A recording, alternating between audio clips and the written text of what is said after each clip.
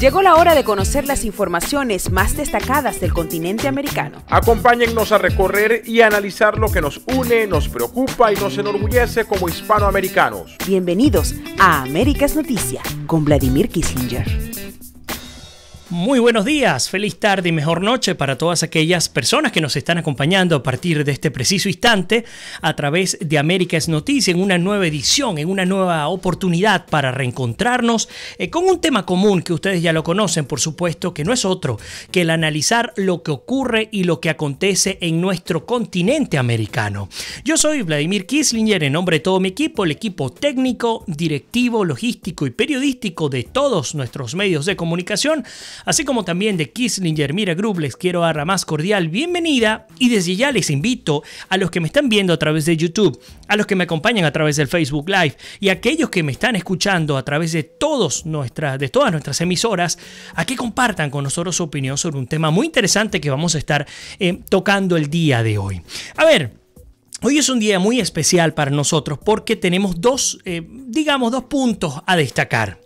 El primero es que estamos de nuevo al aire a través de Onda 97.3 FM, la superestación desde Ciudad Guayana, en Venezuela, nuestra casa matriz. El 18 de agosto del 2015 salimos al aire por primera vez a través de Onda. Así que quiero además agradecerle especialmente a Fernando Delgado, al equipo directivo, al equipo técnico de nuestra superestación en Venezuela, el incorporar de nuevo Américas Noticias, un programa que nació pues en su seno y que además ha madurado, ha crecido, ha caminado durante, imagínense, 594 ediciones. Ese es el la primera noticia que les quería compartir.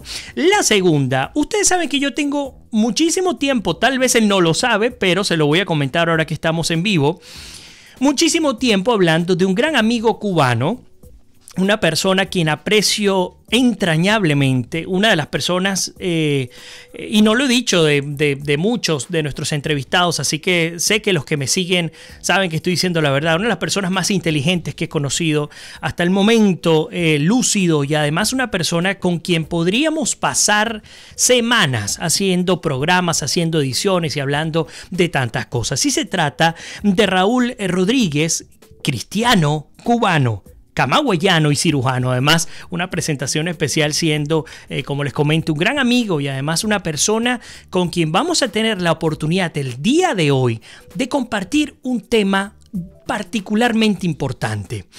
Raúl es cubano de nacimiento, luego se nacionalizó venezolano en el año 2000. Raúl nació en el 47, en el 2000 se nacionaliza como venezolano y hoy día es residente en los Estados Unidos. Y además de eso, de ser cubano, de ser venezolano, de ser residente en los Estados Unidos, es un grandioso cirujano que ha ejercido tanto en Cuba como en Venezuela. Así que el día de hoy tendremos oportunidad de hacer una radiografía comparativa. Este será, el objetivo de nuestro programa del día de hoy. Una radiografía comparativa entre ambos países, entre Cuba y Venezuela. Hoy en Américas Noticia colocamos en Bajo la Lupa a... Bien, y le damos ahora sí a Raúl la bienvenida a nuestro programa de hoy. Un honor. Lo he dicho en reiteradas oportunidades, creo que no te lo había comentado. He hablado de ti muchas veces. Cada vez que tenemos la oportunidad de conversar, que tú visitas nuestra casa o que nos vemos en algún lugar, comparto un poco. He hablado, por ejemplo, del tema de la esclavitud moderna occidental, cubana, como vía de acceso. Prácticamente todo lo que hemos hablado tú y yo, quiero que lo sepas y además te lo agradezco públicamente. Lo he compartido con toda nuestra audiencia que siempre nos acompaña. Raúl, bienvenido a tu casa, hermano. Muchas gracias. Y además un placer tenerte de nuevo por acá. No merezco tanto honor. No, por Dios. Y más, Raúl, tú tienes una capacidad que particularmente admiro de describir las cosas. Tú viviste aquella Cuba pre-revolucionaria, eras un niño apenas, pero tuviste la cantidad de años suficiente como para tener al menos una idea de lo que fue. Viviste la Cuba revolucionaria, viviste la Venezuela, si mal no entiendo, pre-revolucionaria y la Venezuela revolucionaria. A grosso modo, diferencias, similitudes, ¿qué ocurre en todo esto? Ayúdanos a entender a los venezolanos y a los latinoamericanos? Como cubano y venezolano, ¿qué es lo que está ocurriendo? Bueno, en realidad se ha tratado de implantar un sistema que tiene sus antecedentes, pero que también ha tenido su final, pero se ha querido seguir instalando o siguiendo aquella idea de la Unión Soviética y aquello que se implantó con la Revolución de Octubre. Acá en un continente que nada tiene que ver con el continente de Asia y Europa. Sí. Y con nuestra idiosincrasia, querer hacer aquello, pues ha traído como consecuencia los desastres que hemos tenido actualmente. Pero en unos desastres en los que hay coincidencia también, por ejemplo, con las implementaciones de los modelos socialistas y comunistas en Europa también. Es decir, hay una receta y esa receta ha traído grandes desgracias tanto para nuestra América como para Asia y Europa. No sé qué te parece. Indudablemente, así mismo ha sido. Lo único que con la diferencia de que ya en Europa y Asia se ha recapacitado y aquí aún en América no lo hemos Estamos hecho. trasnochados. ¿Cómo fue esa Cuba antes de Fidel? Antes de Fidel, la Cuba que conocí, porque ya yo estaba en segundo año de bachillerato, O sea, cuando ya eras- triunfó sí. la revolución, pues me daba cuenta perfectamente bien de todas, era como cualquier otro país latinoamericano, en el cual no estábamos desarrollados, pero sin embargo Cuba específicamente era uno de los países que mejor nivel de vida tenía en todo el continente americano, independiente y a pesar de las atrocidades que Batista cometió. Llega la revolución a Cuba. ¿Tuviste cuántos hermanos? ¿Cuántos son ustedes? Somos 4 hermanos varones. 4 todos. hermanos. ¿Los 4 les tocó el mismo destino de vida o no? ¿La revolución afectó en algo al núcleo familiar como lo está afectando a Venezuela hoy día? Sí, como no. Es una historia muy triste porque mis hermanos, uno de ellos lo había mandado mi padre a estudiar a Estados Unidos castigado por unas travesuras de muchacho que había hecho. Y lo sorprende el triunfo de la revolución en Estados Unidos. Estaba interno en una academia militar. Okay. ¿En qué parte de Estados Unidos estaba? En una academia militar llamada Miami Military Academy. Ok. ¿Eso fue en el 59? ¿O él llegó antes? No, llegó antes, Él llegó desde antes, el año ok. 57. Ok. Mi padre y entonces todas las vacaciones, él venía a Cuba. Las últimas vacaciones que vino fue precisamente ya con el triunfo de la revolución. En julio-agosto de 1959. Ok. A su regreso para continuar sus estudios, ya en la universidad, ya había abandonado la carrera la academia militar, se encontraban estudiando ingeniería mecánica. Bueno, pues se rompen las relaciones con Estados Unidos. Al romperse las relaciones con Estados Unidos, mi padre se ve incapacitado de poder costear los estudios de mi hermano. Mi hermano lo llama y, por supuesto, pensando en venir de nuevo para Cuba. Papá le dice, quédate allá, esto se va a resolver. Tienes todavía recursos para estar un tiempo más. Yo pienso que se va a resolver antes. ¿Cuánto tiempo le daba tu papá a esa revolución? Papá, desgraciadamente, todos los diciembres decía que aquello se iba a terminar. Todos los años daba por terminada la revolución. Hasta el año 65 en que murió. ¿Qué pasó con tu hermano? Mi hermano el pobre no lo vi más hasta 54 años después. En esas vacaciones del 59 fue la última vez que lo vi. Entonces, mi hermano, supimos después, teníamos contacto con él telefónico y por correo con las limitaciones que el sistema trajo como consecuencia. Cuando lo volvimos a ver, él nos contó todo ese tiempo que habíamos estado separados, al igual que yo tuve la necesidad de contarle todo el tiempo que él dejó de ver a su familia. No vio morir a papá, no vio morir a mamá, no vio morir tampoco a mi hermano menor, un año menor que yo, Abel, que él tanto quería. Él sufrió mucho en este país, me estoy refiriendo a Estados Unidos, porque tuvo que un muchacho que apenas tenía 18 años comenzar a trabajar en épocas difíciles, sin él haber tenido nunca que haber sido empleado en nada. Esto motivó que se frenara su desarrollo tanto intelectual como económico, siempre pensando él, hasta la edad de 45 años, que próximamente se iría para Cuba. O sea, todos los años lo pensaba. Como nos describió, vivía con la maleta en la cabeza. ¿Cuándo fue que se consiguieron, se encontraron? ¿En qué fecha? O sea, En él se va un- el 57, Sí, dejas de verlo. No, en el 59. En el 59 porque deja de él verlo. iba todas las vacaciones Ok. a Cuba, en las Ok. vacaciones. En el 59, ya con la revolución, es la última vacaciones en que él acude. Ok. No lo vuelvo a ver más hasta junio del año 2011. Hasta junio del 2011. Wow. En junio de 2011 tuve la oportunidad de venir por primera vez a Estados Unidos de Norteamérica, después de que Estados Unidos de Norteamérica me negase su entrada en 2 ocasiones por el mero hecho de ser cubano. Cuando tuve la posibilidad de hacerme ciudadano venezolano, solicité por tercera vez la visa americana y me fue otorgada. Y como le había prometido a mi madre en su lecho de muerte, vine a buscar a mi hermano Roberto. Increíble. Y nos vimos. Esa historia de vida, Raúl, que además es muy dolorosa, muy traumática. Imaginarse ustedes que nos están sintonizando y que nos acompañan en este momento, nuestras familias. A mí me pasa que mis padres y mis hermanos viven en Europa. Yo estoy en Estados Unidos, mi abuela está en Venezuela, tengo primos en Colombia. Nos hemos desperdigado por todos lados. En Cuba, esa experiencia tuya, que fue por supuesto mucho más traumática que la que estamos teniendo, al menos en mi caso, ¿esa experiencia se repetía en las familias promedio cubanas? Pienso, y creo que no me equivocaría al decir, que no se escapa ni una sola familia cubana de la diáspora de su familia, del rompimiento por múltiples motivos de que se han tenido que disgregar por todo el mundo. Raúl, en Cuba ha habido hambre. Ha habido hambre más noticiosa que real. ¿Cómo es eso? Explícanos. Explico porque en Cuba, con el solo hecho de reírse, la gente se alimenta. El carácter del cubano, ya pudiendo tener música, pudiendo tener algo con que reírse, él se alimenta. En realidad es una tierra muy fértil y uno con cualquier cosa puede obtener una fruta, una vianda. No necesariamente se requiere de ningún tipo de alimento elaborado ni manufacturado, porque nuestra patria, nuestro suelo, es capaz de darle alimento a sus hijos.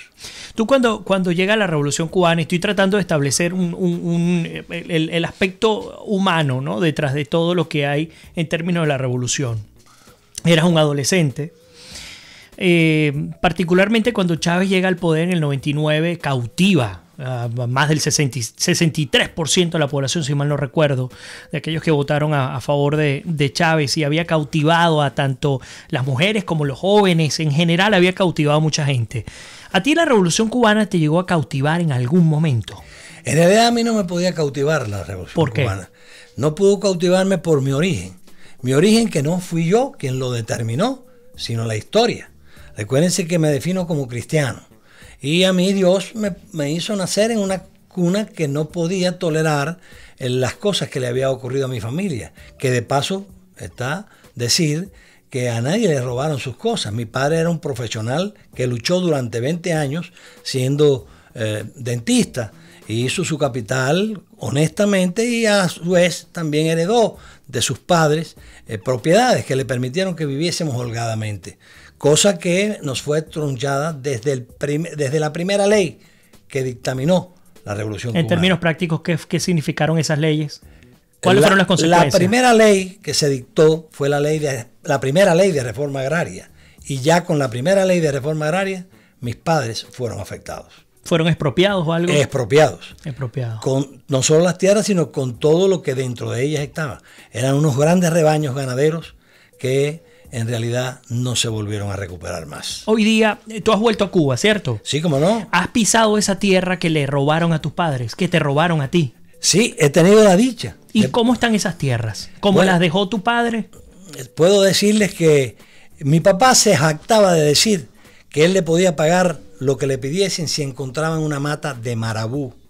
Desgraciadamente hoy en día, en el potrero Carolina de la finca Saratoga, de quien era mi padre, donde existe un campismo popular actualmente, el cual se llama Batalla de Saratoga, está totalmente invadido de marabú.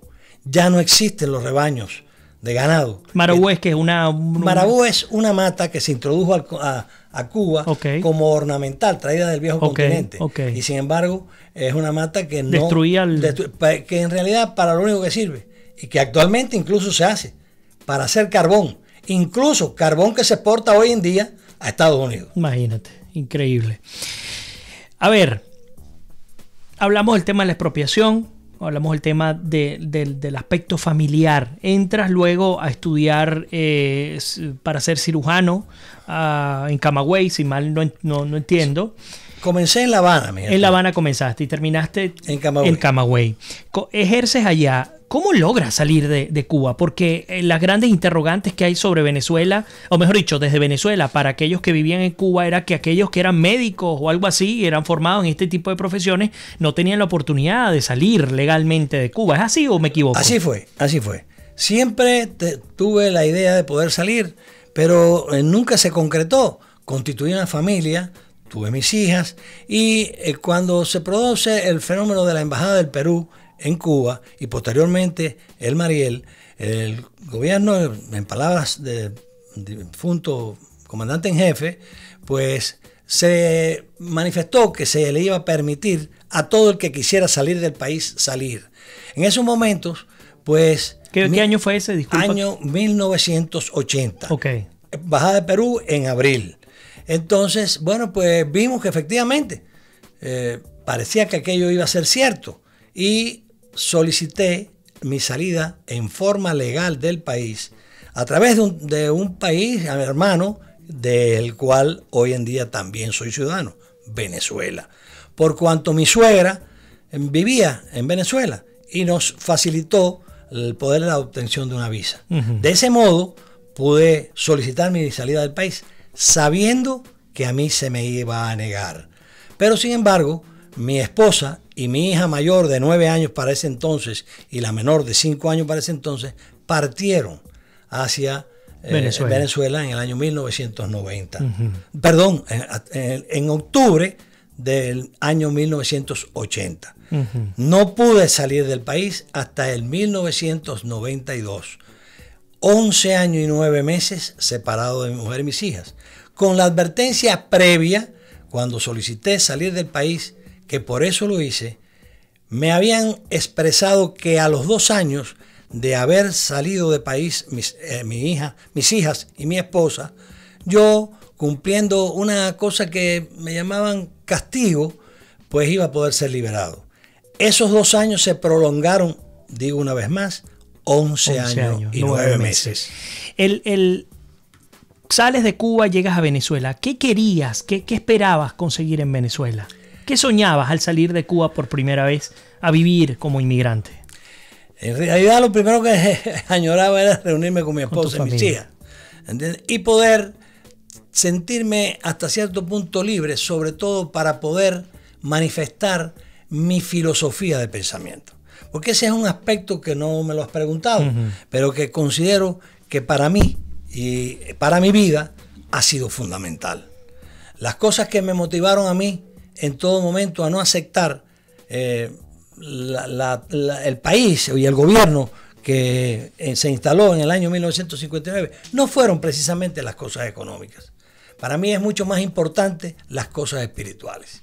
Yo soy, como me defino, cristiano, y para mí me fue muy trabajoso poder mantener mi filosofía y mis creencias religiosas desde un punto de vista público, por cuanto hubo una época en mi país en el cual las creencias religiosas constituían un gran problema. Increíble. Bien, todavía nos queda un par de minutos en este primer bloque, y para los que nos están viendo y escuchando también a través de nuestros medios, estoy tratando primero de establecer el elemento humano para luego en la segunda parte, así que les pido a aquellos cuando vayamos a la pausa que no se vayan, en la segunda parte ya entrar en concreto a hablar del tema político, del tema económico, de las comparaciones concretas, por supuesto para llegar a algunas conclusiones en conjunto. Te formas como cirujano, y ese cirujano cubano, te pregunto, ¿es el mismo cirujano cubano que conseguimos hoy día en Venezuela? porque además las misiones cubanas no solamente han ido a Venezuela, más de 100 países han recibido a una inmensa cantidad de cubanos profesionales. Pero me pregunto, te formaste hace, bueno, imagínate, tienes 45 años de ejercicio profesional. 43 años de ejercicio profesional. ¿Hay diferencias en términos de formación entre el cirujano actual y cuando te formaste? Más que referirme a la formación del cirujano, y creo que es mucho más importante, sería hablar sobre la formación del médico, en sentido general, porque la cirugía no es más que una especialización de la profesión médica, que tan humana debe de ser. Esa profesión ha ido perdiendo en calidad, aunque ha ido aumentando en número, producto de las necesidades. En realidad, hubo una época en la que se formaron los médicos en Cuba de forma acelerada, por cuanto el país se vio carente de muchos médicos porque emigraron al principio del triunfo de la revolución. Sin embargo, esa primera formación fue una formación mucho más integral y mucho más sólida que la que posteriormente, cuando se estimó que había que fabricar médicos como si fuera una maquinaria, tan fue así que los programas incluso de estudio pues decayeron. Yo tuve la experiencia. Yo recuerdo la formación del médico antes de la universalización de la enseñanza.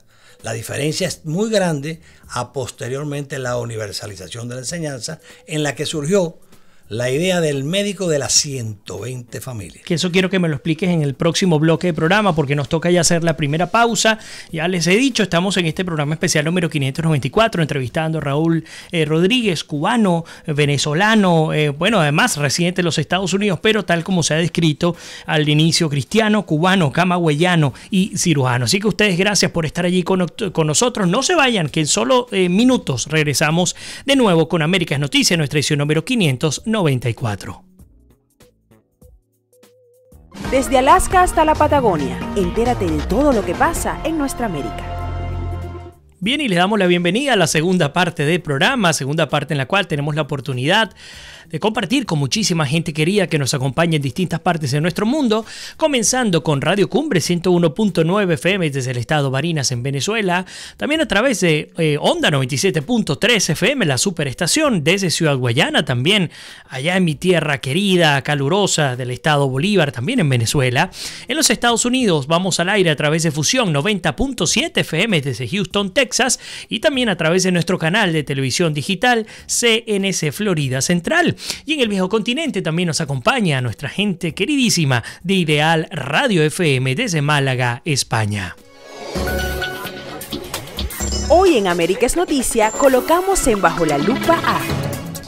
Bien, y continuamos con esta conversación especial con nuestro querido invitado Raúl Rodríguez, cirujano cubano, venezolano también, nacionalizado, residente en los Estados Unidos. Veníamos hablando del aspecto humano en la primera parte del programa, pero ahora sí quiero que comencemos a describir a nuestros países, comencemos a describir el antes y el después. Brevemente, ¿cómo, esa Cuba que recuerdas antes de la revolución, cómo me la describirías? Como un cuento, digamos. Era un país bastante deshabitado. Éramos un total de aproximadamente unos 6 millones de habitantes y bastante desarrollado desde el punto de vista de la agricultura. Éramos el primer productor de azúcar en el mundo. Pero además éramos una tierra consentida por el norte, por Estados Unidos de Norteamérica, por cuanto el clima nuestro y nuestras playas era formidable. Esto traía como consecuencia, como estábamos tan cerca desde el punto de vista geográfico, que incluso llegamos a tener la televisión mucho antes que algunos estados de Estados Unidos. Tuvimos ferrocarril mucho antes que otros Estados Unidos. Nosotros en esa época no teníamos deuda externa. Un peso cubano era $1. Yo recuerdo cuando niño, mi padre cuando me daba las cosas para la merienda, me daban dinero americano y cubano ligado, el cual me echaba en el bolsillo. Que era lo mismo, uno luego circulaban ambas monedas. Incluso también ocurría ese hecho en la Florida. Porque recuerdo que desde mi ciudad natal, que era una ciudad pequeña, por así decir, salían los vuelos diarios sin tener que pasar por La Habana, directamente hasta Estados Unidos, y se regresaba. Supe de veces, mi padre creo que lo hizo. Una vez salió por la mañana, almorzó en Miami y regresó a cenar a casa. Ahora, esa fue la Cuba pre-revolución. Ahora háblame de la Cuba de Fidel. Bueno, chicos, todas esas cosas se acabaron.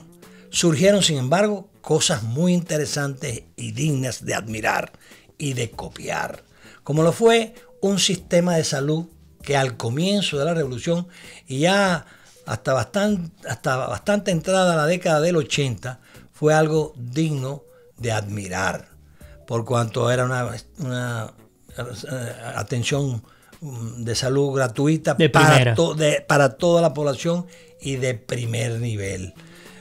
La educación pasó lo mismo, también gratuita para todo el mundo. Fueron anuladas todas las escuelas privadas, incluso las escuelas que tenían cortes religiosos. A sus profesores y demás se les obligó a abandonar el país.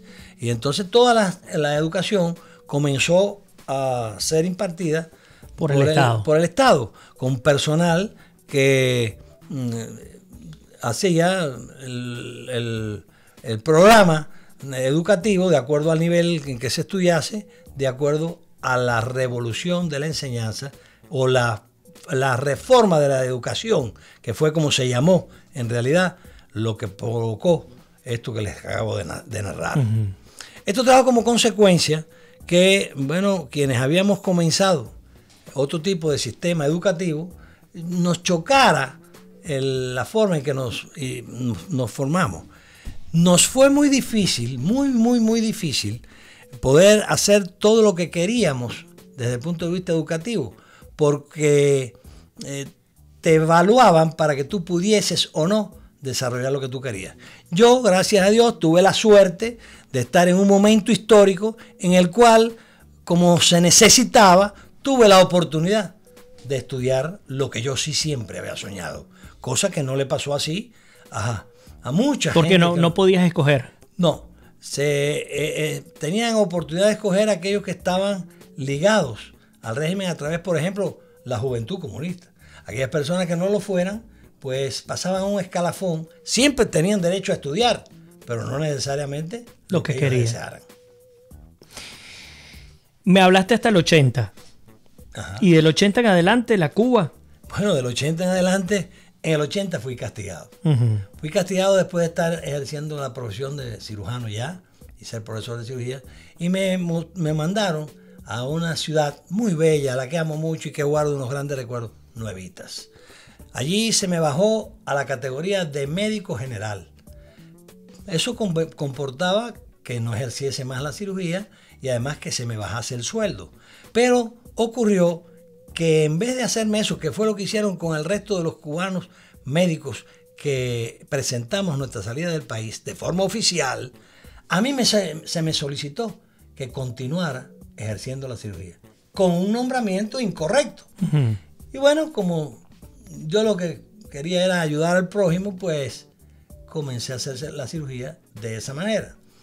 Así estuve hasta que supe de que todo eso era ilegal. Y cuando me enteré que era ilegal, en el ministerio, en La Habana, pues se corrigió el error que se había cometido. Se me restituyó la categoría de cirujano, especialista que era, no así la de profesor, pero también se me reintegró el dinero que se me había dejado de pagar. Ahora, ¿crees que valió la pena la Revolución Cubana? Creo que sí. Todo en la vida vale la pena. Okay. Porque de los desaciertos y los aciertos es donde uno debe de sacar la realidad para la felicidad que debe de existir para todos los seres humanos. Recuerdo que Bolívar y el ideario bolivariano dice que Bolívar decía que lo que había que luchar por tratar de buscar la mayor suma de felicidad posible. Hay que preguntar en qué consiste la suma de felicidad posible. Bolívar, por supuesto, inequívoco, sabía lo que eso significaba, pero le hemos dado otras connotaciones y no es así. Para ser feliz, lo primero que hay que ser es libre. Libre en todos los sentidos. Libre políticamente, libre de pensamiento, libre económicamente y libre, sencillamente libre, porque el hombre nace siendo libre y debe de morir siendo libre. ¿Y esa libertad fue conculcada por el régimen cubano? Sí, en muchos aspectos, como les explicaba, en el aspecto religioso, en el aspecto de movimiento. Usted no podía salir del país, como el caso mío, y muchas otras cosas más. La tenencia de moneda, en fin, en los negocios no se podía ejercer solo que lo que el régimen te había marcado, la pérdida de la propiedad privada, o sea, es un freno a un desarrollo de todo punto de vista. Pero entonces si planteas, por ejemplo, en el inicio de la Revolución Cubana, el tema de las expropiaciones, el tema que los jóvenes tenían que estudiar lo que prácticamente les orientaba el Estado, solo aquellos que pertenecían a la Revolución Cubana, al comité de jóvenes del partido, si no tenías libertad económica, etcétera. ¿Por qué fue positiva la Revolución Cubana? ¿Qué trajo para el pueblo cubano que este grupo de individuos se mantuvieran en el poder durante más de 50 años y siguen allí? Bueno, uno de los logros más importantes que yo considero que trajo la Revolución Cubana fue que logró acabar con el analfabetismo. Acabar con el analfabetismo lleva implícito que la persona se le abre un poco más el entendimiento y puede disfrutar más de su vida. ¿Y cree que eso no lo hubiese podido hacer un gobierno democrático? Por supuesto, no cualquier gobierno puede hacerlo. Puede llevar una campaña de alfabetización. Unos lo harán en mejor forma, otros lo harán en peor forma. Uh-huh. Pero el hecho de que la inmensa mayoría de la población tenga acceso a la educación es un factor fundamental para la felicidad de un pueblo, independientemente de que esto después sea orientado hacia fines políticos. Ok. Siendo así, me dices, al menos lo que he entendido, no se pasaba, digamos, en el estricto orden de la palabra, no se pasaba hambre en Cuba. No. Había medicina. Sí. Había educación. Sí. Y de calidad y gratuita. De calidad y gratuita. ¿Por qué la gente se echaba a la mar? ¿Por qué tanta gente quería irse de Cuba? Y en efecto se fue. Miles de cubanos se fueron. Y miles murieron intentando llegar a Miami. Hoy día se siguen yendo hacia el sur, hacia Centroamérica. ¿Dónde está? Porque lo que conocemos nosotros no es lo que me estás describiendo, a pesar de que has desnudado los puntos, digamos, en contra. Pero me pregunto, entonces, ¿por qué la gente se echaba a la mar? Volvemos a hablar sobre la palabra libertad. La libertad no es algo material, es un sentimiento complejo que lleva implícito muchas cosas en la vida de una persona. Pero ¿cómo se vivía esa opresión entonces? Porque si no tengo libertad, estoy oprimido. Si tú me dices, vuelvo al punto, tengo educación, tengo salud, tengo todo asegurado, ¿dónde está la opresión en el ser humano cubano? Porque la educación, en el sentido estricto de la palabra, es mucho más que información. O digamos, hay otra palabra que se adapta más, se ajusta más. Capacitación. Formación. Uh-huh. Educación es mucho más integral que instrucción. Okay. Es la palabra que quería buscar. Yo puedo ser instruido como cirujano, pero no educado como cirujano. Educado como cirujano es mucho más que instruido como cirujano, porque lleva implícito también todo lo que lleva desde el punto de vista espiritual, de conciencia, no solo desde el punto de vista técnico. Recuerdo que yo le decía mucho a mis alumnos, si yo agarro a un mono y lo enseño una técnica quirúrgica, él es capaz de desarrollarla. Lo que el mono no es capaz de desarrollar es el discernimiento de hacer un diagnóstico. Claro, pero vuelvo al punto. Aún no entiendo, porque me hablas la diferencia entre educación, formación, pero aún no entiendo dónde se sentía la opresión. Tú me vas a decir nuevamente, ¿en la libertad de qué? Porque yo te puedo hablar de Venezuela. Yo te puedo decir que los venezolanos estamos huyendo literalmente porque, número uno, si tú no te arrodillas al régimen venezolano si tú no te conviertes en un delincuente porque el gobierno te exige que tú rompas la ley, porque es un gobierno delincuente, que no puedes vivir porque te matan, cosa que en Cuba no pasa, porque la violencia cubana no es como la venezolana. No puedes vivir porque no tienes cómo adquirir alimentos, no puedes vivir porque no tienes cómo adquirir medicina. Es decir, hay elementos concretos que obligan en este preciso instante a que los venezolanos huyan despavoridos. Ahora vuelvo al punto.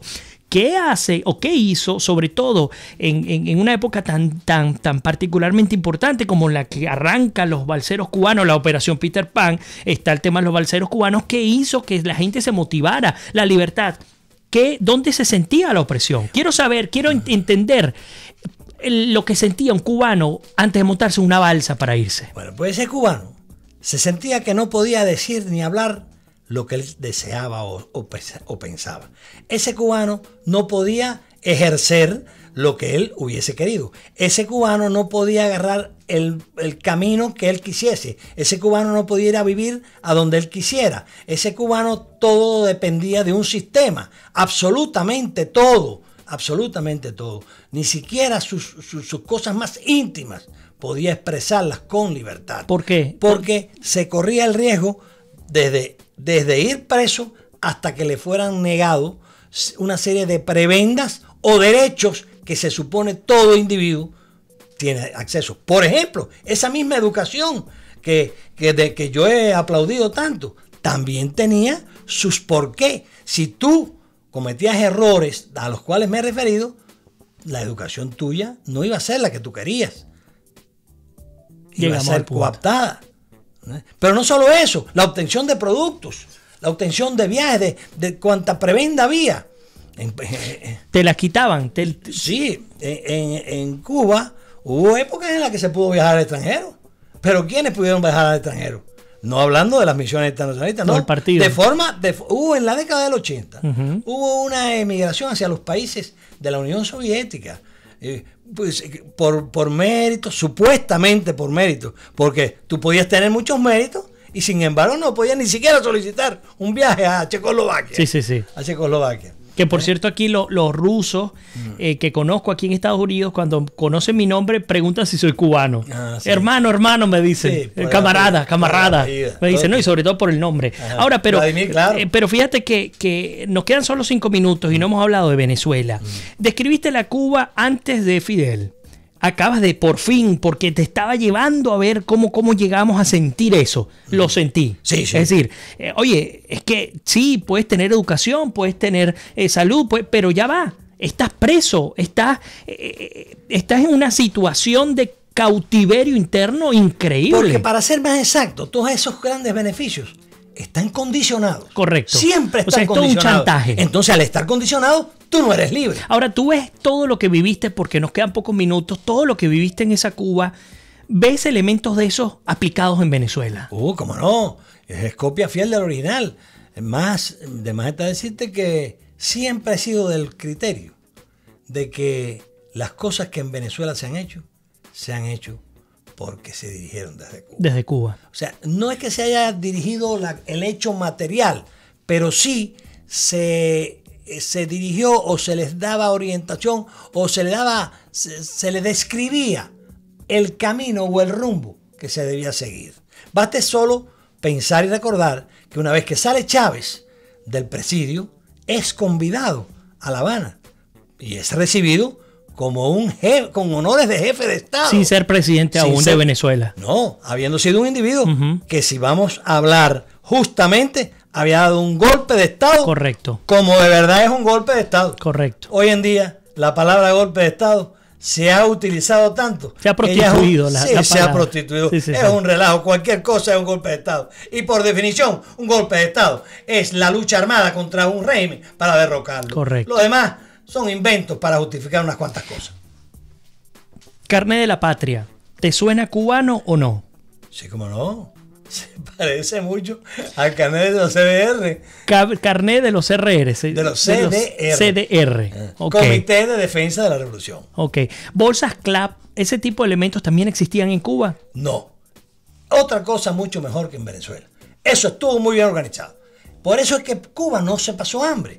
porque el régimen tuvo la capacidad de organizar también la distribución como para que nadie pasase hambre ni nadie tuviese que hacer cola. Por supuesto, esto no fue desde el comienzo. Al comienzo había muchas colas, pero después todo eso fue eliminado porque los mecanismos que se buscaron de distribución fueron mucho, pero mucho más justos que los venezolanos. Pero entonces sí, porque además es digamos, el común denominador de expertos en el tema político insisten en que en Cuba, en Venezuela, las decisiones tomadas en el gobierno no eran tomadas por venezolanos, al menos eran, como lo estás comentando tú, en el mejor de los casos, orientadas a través del partido del comunista cubano, del Congreso. Recuerdo la revolución que estuvimos hablando el otro día del tema de las provincias, ¿no? Pero sí se copiaron el esquema cubano y lo aplicaron calcándolo. ¿Qué pasó? Porque en Venezuela la cosa llegó a lo que hoy día existe, porque, ojo, de ninguna manera quisiera yo que como venezolano mi país se pareciera lo más mínimo a la Cuba revolucionaria. No me importa la educación, no me importa la salud, porque creo que todo eso se puede conseguir sin tener que conculcar los derechos y las libertades individuales. O sea, un país donde se precie la libertad total, tú tienes economía, tienes educación, tienes todo. Y sigue siendo libre, que es lo que uno espera. Es decir, de ninguna manera hubiese querido ni siquiera que se pareciera a la Cuba de Fidel. Ahora, ¿pero qué pasó? Si se aplicaron las cosas como los Castro lo orientaban, ¿por qué Venezuela llegó a lo que llegó? Porque Cuba ni a la 10ª parte de la desgracia que ha vivido Venezuela, con la 10ª cantidad de recursos que puede tener Venezuela, porque además Venezuela es un país rico, profundamente rico. ¿Qué pasó allí? Pues, en mi opinión, en primer lugar, tengo que decirte de que no es que se han dado órdenes exactamente de que se hiciesen las cosas como se han hecho, sino sencillamente a Cuba se le tenía como ejemplo, como desde la década del 60, Latinoamérica tenía sus ojos fijos en la expectativa cubana. Entonces aquello era un sueño. Si nos remontamos a la historia me absolverá y se hiciese realidad el programa del movimiento 26 de julio, que la plataforma programática que fue la defensa de Fidel Castro Ruz, la historia me absolverá, eso hubiese sido totalmente distinto. Pero ocurrió que no se hizo nada de lo planteado en ese histórico discurso. Cuba y su población tiene una idiosincrasia muy similar a la de Venezuela, pero hay diferencias. Tenemos que recordar de que los originarios en Cuba desaparecieron, pero inmediatamente después que la bota española pisó la tierra venezolana, digo cubana. Sin embargo, en Venezuela y América del Sur, aún hoy en día están los originarios verdaderos y fieles dueños de esa tierra. Entonces, una mezcolanza entre el europeo, el africano y el nativo, que tiene sus costumbres y sus culturas e influye en el desenvolvimiento de la vida de cada uno de esos pobladores, cosa que no tuvimos los cubanos. Claro. Te pregunto para cerrar, porque ya se nos ha acabado el tiempo. ¿Crees que a Venezuela tiene 19 años de revolución? ¿Crees que a Venezuela le faltan 30 años más para llegar a hacer la revolución de los Castro? ¿O crees que esto tiene fin, como lo creía tu papá todos los diciembre? Cuba tiene, y acaba de ser recién cumplir 59 años de la revolución cubana. Ha habido cambios ya, imperceptibles, pero los ha habido. En Cuba sí. Sí, cómo no. Pero en Venezuela, ¿qué va a pasar? Va por mucho menos tiempo. Pero la influencia que va a tener el futuro cubano, que es ya el 2018 arranca, por supuesto, con cambio de régimen, de gobierno. Por supuesto. Va a ser mucho más esa influencia que la que ocasionó la influencia de la Revolución Cubana, que motivó el desastre político, social y económico que esa gran nación venezolana, país tan rico y tan poderoso, primera potencia en la reserva de petróleo del mundo, está pasando. Es algo indescriptible e incomprensible. Así es. Que esté como está actualmente. Raúl, Muchas gracias por venir. Espero que pronto vuelvas a tu casa. Vuelve, bueno, tantas veces quieras, porque creo que contigo vale la pena sentarnos a hablar de tantos temas que nos quedan por fuera. A ustedes también, 1.000.000 de gracias por habernos acompañado el día de hoy. A Raúl lo van a ver muy frecuentemente, porque no sé qué voy a hacer, qué me voy a inventar, pero seguramente lo vamos a tener acá, incluso con una sección. Vamos a ver qué podemos manejar con Raúl en el corto plazo. Ustedes, gracias por estar allí.